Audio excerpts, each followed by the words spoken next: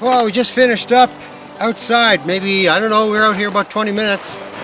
Got 2 little sketches and a watercolor. This is for everybody who's brave enough to get outside in the winter or out in the desert in the summer. Find a shady spot and paint the extreme weather.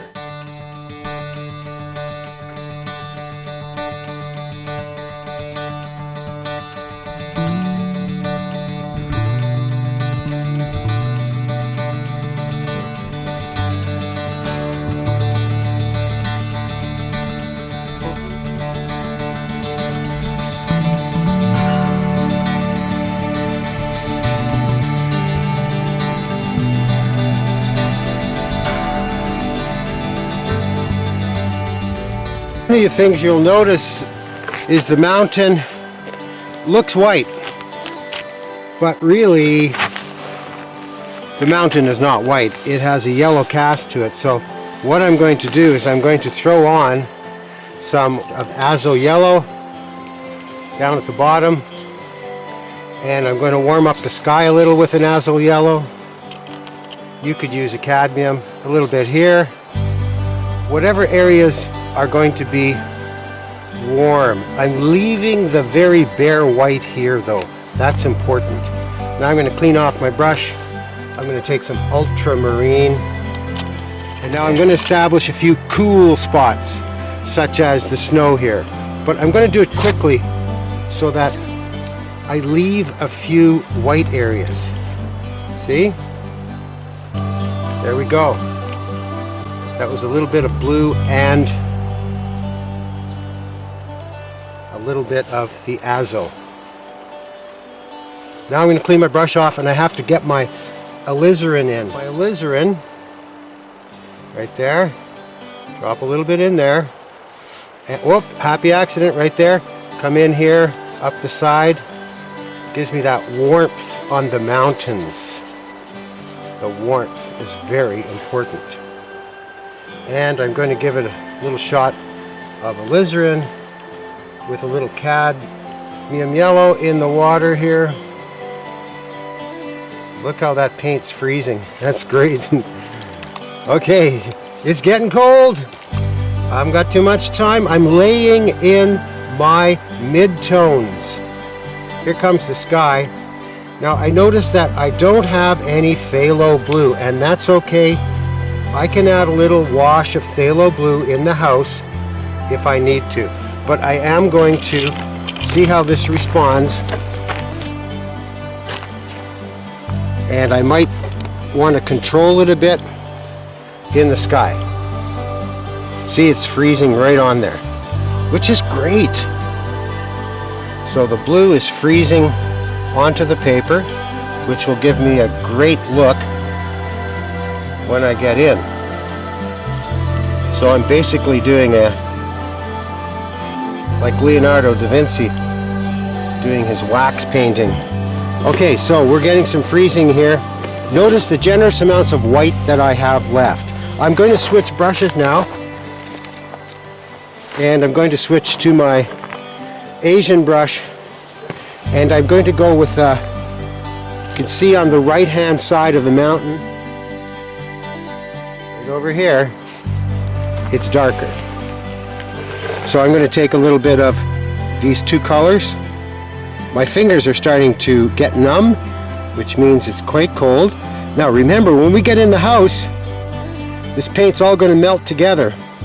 So we don't know exactly what's going to happen, but I'm coming down here with a good stroke right up here. Notice how the paper's dry, so I don't have to worry about it dripping all over the place. Now we have a little bit of dark coming down in here. That sets off the warmth here. And I'm going to bring that down. See, notice if I add water, I still can move it around a bit. And you could just add a little more of this coming in here. And I'm going to take, I'm staying away from green. I'm going to take this See, when I start to get a dirty palette, I'll use the board, see? Which is perfect. Okay, now, what I need here is an orange, but not too orange and yet not too pure. And I'm coming in here with some drag strokes.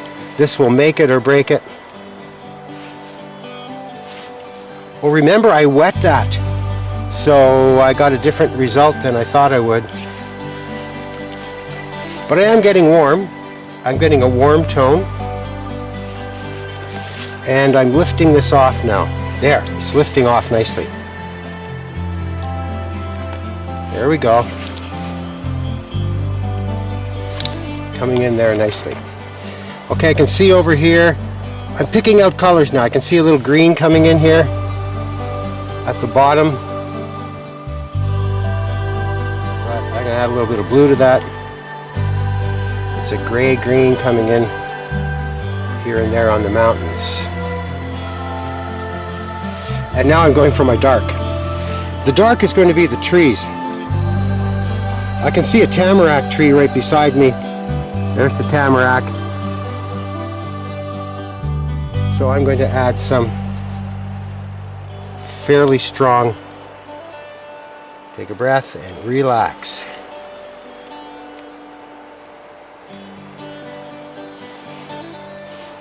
I'm putting this in the foreground.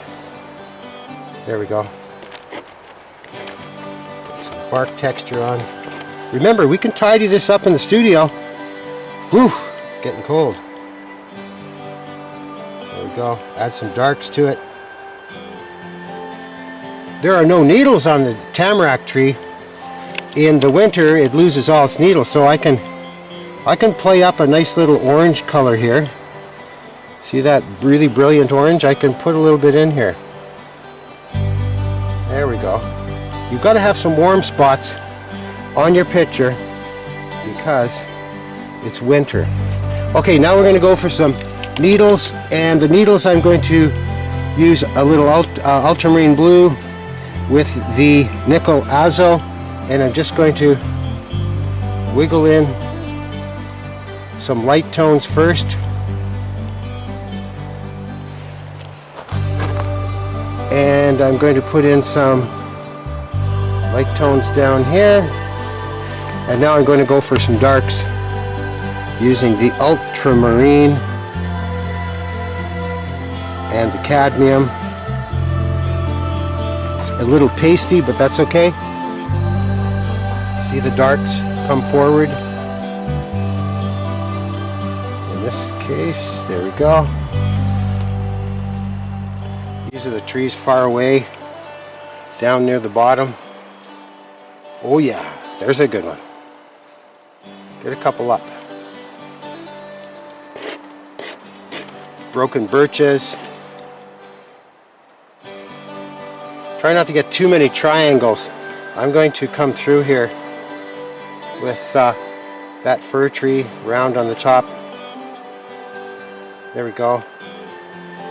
I'm using the dark now. You can see with the end of the brush getting very cold out here, adding in some more little spots coming right up to that tree to set it off. And across the river, I'm going to bang that off a bit and get a shadow area in there like that.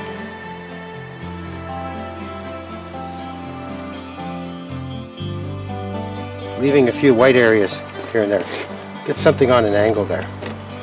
This one it's a little isn't quite making it. So what I'm going to do is I'm going to add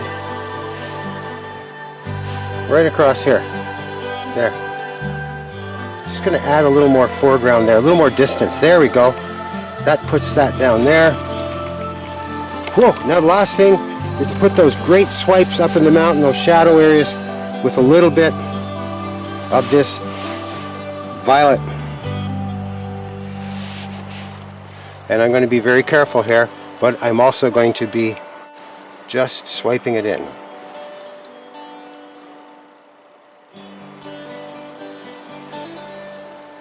See those dark areas right in there.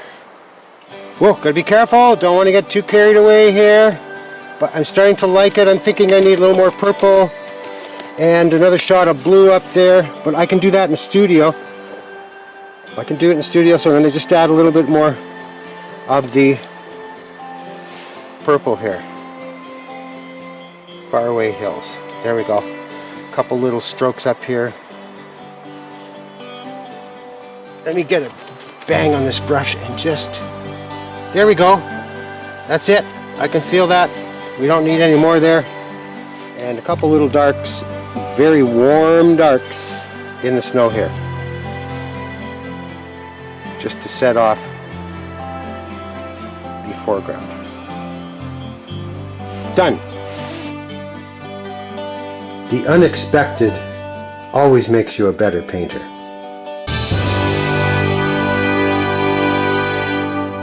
So it's dripping, dripping, dripping. I'm going to have to get in here and lift a bit as it's getting a little out of control, and I'm lifting off carefully some of the paint. What I've been doing is, as it's melting and the camera's coming back, I'm just taking a rag and my soft brush here, and what I'm doing is lifting some of the paint off.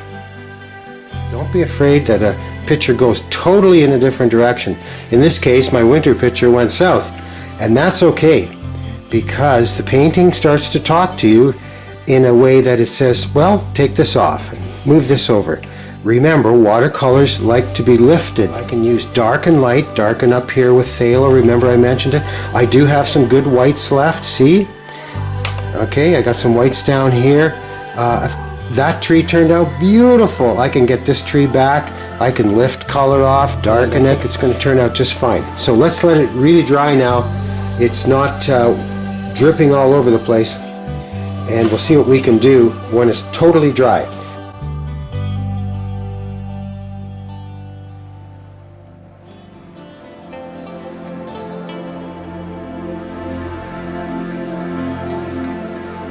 Now I'm going to wet my brush, and this is the ultramarine wash.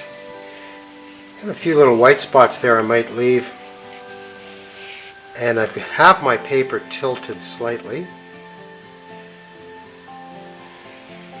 so I've wet my sky. What I'm going to do is put it in and let it drip right down by tilting the board.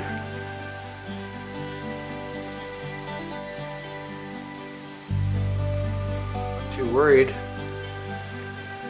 about it doing much because the paint will follow. I'm going to leave that little white cloud there. The paint will follow the wetness of the paper.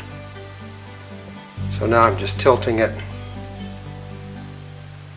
I want a varied color in the sky. I don't want it completely smooth. So I'm going to let it drip off here a bit. Now I know the paper's, except for that little white cloud, is saturated. So here I'm going to show you a little trick, is to put the darker paint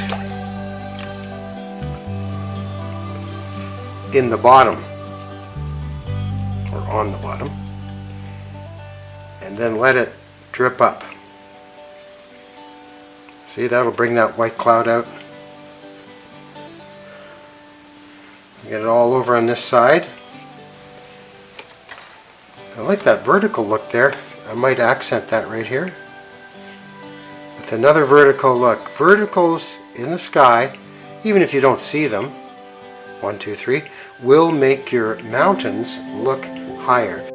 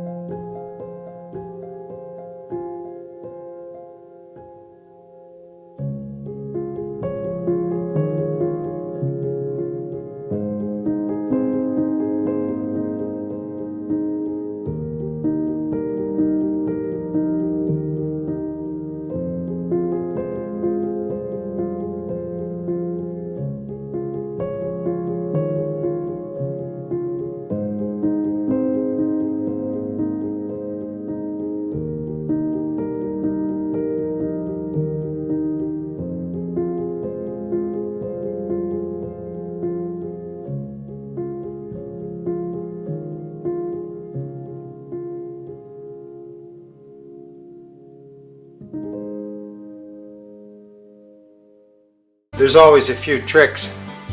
I've taped up here because I want to get a white line here, and I have a hog's hair bristle brush, and so I wet it and then dry it off. You can see the little dark area here. I'm just lifting off a white line, and because this is the French watercolor paper, it works really well with this little trick. Little dark spot there, and you can actually get pretty much down to the white of the paper. And for a winter scene, you want to, if you didn't quite get all your whites, you want to lift them off.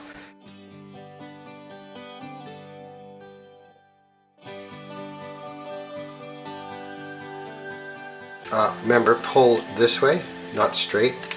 So when you're pulling it off, make sure you pull it down on an angle. And now you see I've made that nice little line right through there.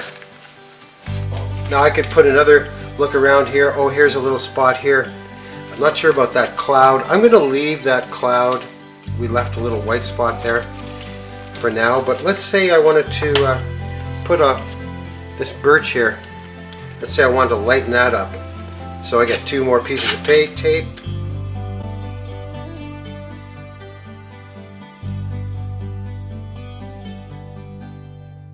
There we go. Wet the brush, touch it to the rag, make sure the tape's on really well, and just a little rubbing there. You don't want to rub it too long or the paper will start to ball up. But you'll be quite surprised. Oh, the tape's not quite on there. You'll be quite surprised at what this looks like. So these are not unorthodox techniques, but they're, if you're painting pretty, you wouldn't be doing this, because you'd be very, very careful not to ever have to do it. Now look at that, great white line. Let's look for another one.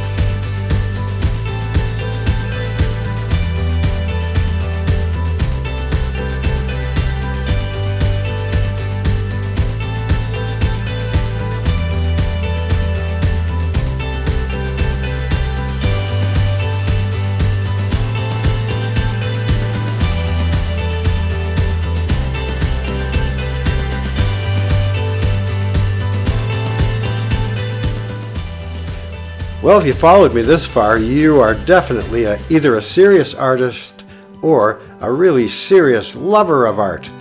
I'm just really glad that I posted this. I haven't watched this for a long time. Sometimes I wonder if I'm a bit of a crazy Canuck going out there and painting in the winter in the snow. Painting's freezing, coming home. I have to say, I really think this painting turned out just fine. I would never have been able to do it unless Mother Nature had frozen it. I took it home, warmed it up, and served it up the way it should look. So once again, thanks a lot for coming. I'm not going to ask you to do anything but watch the next video. Just lightening a few areas with the brush. It only works on good paper.